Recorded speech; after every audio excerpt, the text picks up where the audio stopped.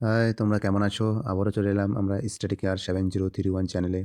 আজকে আমরা মাধ্যমিক সাজেস্ট করব লম্ব-বৃত্তাকার চোঙ নিয়ে। যেখানে কোন প্রশ্নগুলো বেশি গুরুত্বপূর্ণ সেগুলো আমাদের দেখতে হবে। আমি বলে দিচ্ছি, তোমরা মনোযোগ দিয়ে শোনো। ২ মার্কের এই যে ৩ নম্বর প্রশ্ন দেখাচ্ছি ২ মার্কের এই প্রশ্নটা দেখতে হবে একদম মনোযোগ সহকারে। তারপরে এদিকে দেখো, এইদিকে তোমাদের দেখতে হবে এই যে ৬ নম্বর প্রশ্নটা, আ না ৮ নাম্বার, ৯ নাম্বার। এবার এগুলো সব ২ মার্কের বলছি। এটা এই দুটো দেখবে, ঠিক আছে? তারপরে এদিকে চলে আসো। এইদিকে ১০ নাম্বার, এই যে ১২ নাম্বার। খুব গুরুত্বপূর্ণ যে কটা বললাম।